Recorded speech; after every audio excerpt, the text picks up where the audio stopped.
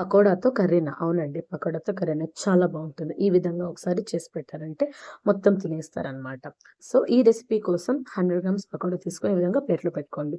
అలాగే ఒక ఎర్రగడ్డ, 4 టమోటాలు సన్న ముక్కలుగా కట్ చేసి, కరివేపాకు, కొత్తిమీర కూడా తీసి ప్లేట్‌లో పెట్టుకోండి.